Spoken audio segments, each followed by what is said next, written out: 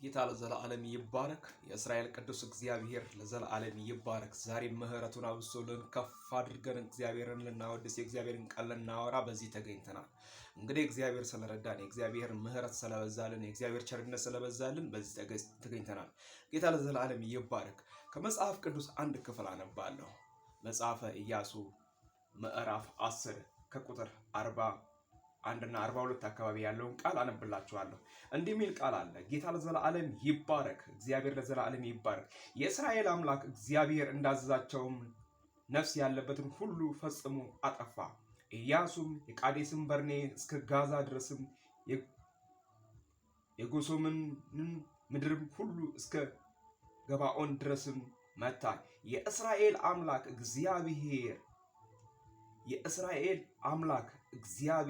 ለእስራኤል ስለተዋጋ ኢያሱ እነዚህ ነገስታትን ሁሉ ምድራቸውን በአንድ ጊዜ ያዘ።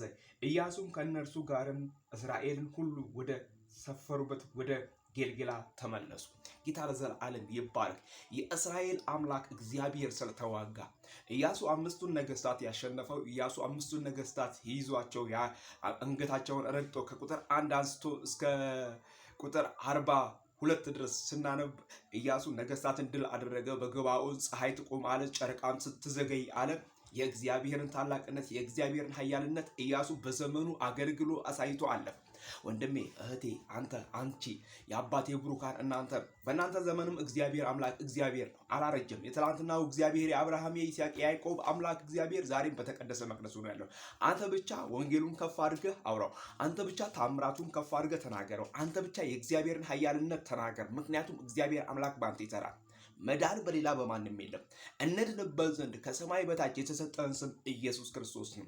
ይህ የእግዚአብሔር ባሪያ ይህ የእግዚአብሔር አገልጋይ ኢያሱ፣ ምክንያቱም የእግዚአብሔር ባሪያ የሙሴ ባሪያ የእግዚአብሔር አገልጋይ ኢያሱ ሙሴን ያገለግለው በታማኝነት ያገለግለው የነበረ ከሙሴ እግር ስር ሆኖ ለሙሴ ይታዘዝለት የነበረው ይህ ኢያሱ እግዚአብሔር ከኢያሱ ጋር ሆነ፣ ድል ሰጠው። እግዚአብሔር ከኢያሱ ጋር ሲሆን ጠላቶች ሸሹት። እግዚአብሔር ከአንተ ጋር ከሆነ እግዚአብሔር ከአንቺ ጋር ከሆነ ጠላቶችሽን ረጃቸዋለሽ።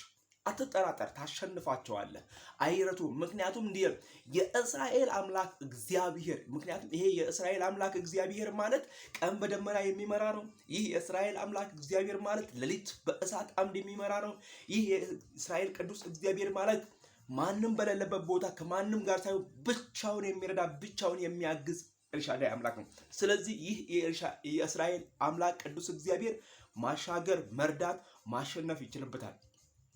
ዛሬም የአባቴ ብሩካን እንዲህ ልበላችሁ፣ መዳን በሌላ በማንም የለም። እንድንበት ዘንድ ከሰማይ በታች የተሰጠን ስም ኢየሱስ ነው። የልጁ የኢየሱስ ክርስቶስ ደም ከኃጢአት ሁሉ ያነጻል፣ ከኃጢአት ሁሉ ያድናል። ሌላ መዳኛ መንገድ የለም። ይሄ እርግጠኛ ነው። ጌታ ለዘላለም ይባረክ። አምላኬ እንደ ባለጠግነቱ በክብር በክርስቶስ ኢየሱስ የሚያስፈልጋችሁን ሁሉ ይሙላባችሁ።